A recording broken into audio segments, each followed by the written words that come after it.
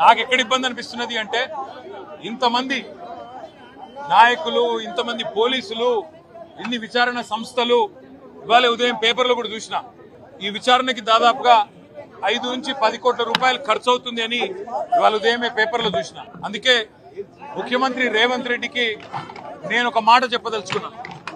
రేవంత్ రెడ్డి గారు, మీరు మీ కక్ష సాధింపు చర్యల్లో భాగంగా మీ మీద ఏసీబీ కేసు ఉన్నది కాబట్టి నా మీద ఏసీబీ కేసు బనాయించినావు, నీ మీద ఈడీ కేసు అయింది కాబట్టి నా మీద ఈడీ కేసు పెట్టినావు. ఏం ఇబ్బంది లేదు, నువ్వంటే దొరికినోనివి, నేనంటే నిజాయితీ పరుణ్ణి, ధైర్యం ఉన్నాను కాబట్టి ఎదుర్కొంటా.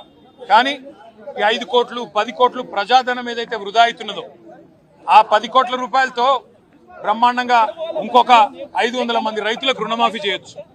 ఆ 10 కోట్ల రూపాయలతో దాదాపు 2500 మంది పెద్ద మనుషులకు పెన్షన్లు ఇవ్వచ్చు.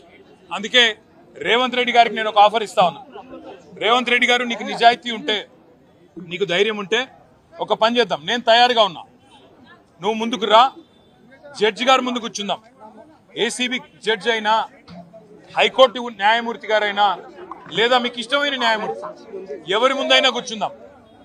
మీ మీద ఏసీబీ కేసు ఉంది, నా మీద ఏసీబీ కేసు ఉంది. నీ మీద ఈడీ ఛార్జ్ షీట్ చేసింది, నా మీద ఈడీ విచారణ జరుగుతున్నది. మీరు మొత్తం ఈ టీవీలు అన్నీ ఉన్నాయి కదా, మొత్తం మీడియా ఉంది కదా, లైవ్ టీవీ పెట్టండి.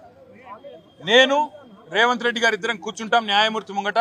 మీరు ఏ ప్రశ్నను అడగండి కేసుకు సంబంధించి, ఆయన కేసు నా కేసు.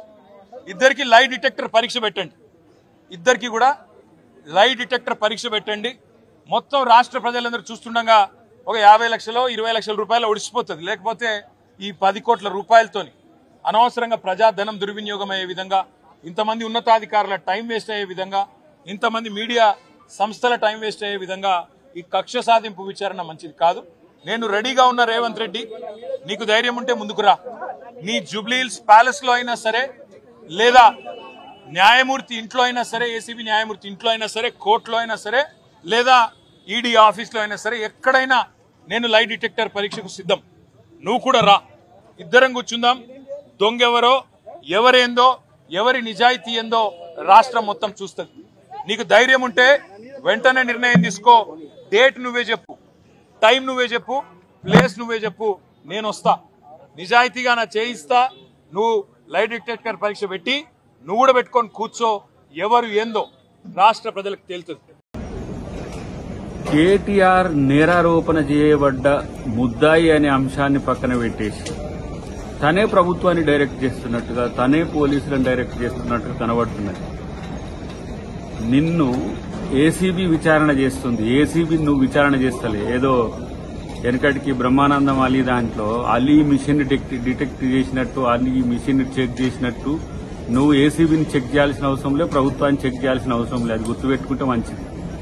చేసేది దొంగతనం, పైగా మళ్ళీ డాంబికాలు, ఓవర్ యాక్షన్స్, ఓవర్ రియాక్షన్స్. నిన్నెవరు అడిగింది, ఎవరు చెప్పమన్నారు? అవన్నీ ఇంటర్నల్ గా జరిగే వాటిని, పోలీసుల ఇంటర్నల్ గా జరిగే వాటిని బయట చెప్పొచ్చా? ఇంటరాగేషన్ అంశాలు బయట చెప్పొచ్చా? ఆ సోయి కూడా లేదా? మీరు గతంలో నర్సింహారెడ్డి గారి కేసులో ఎంక్వైరీ కమిషన్ ఎట్లా అంశాలను చర్చించిన అంశాలు బయట పెడతారని మీరు కోర్టుకు పోయినరు.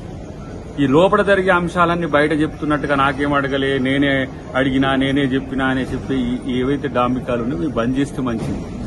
తర్వాత కోర్టులు, చట్టం, న్యాయం పట్ల గౌరవం ఉంటే ఆ వ్యవస్థల పట్ల గౌరవంగా వ్యవహరించడం నేర్చుకోవడం మంచిది అనేది నా హితవు.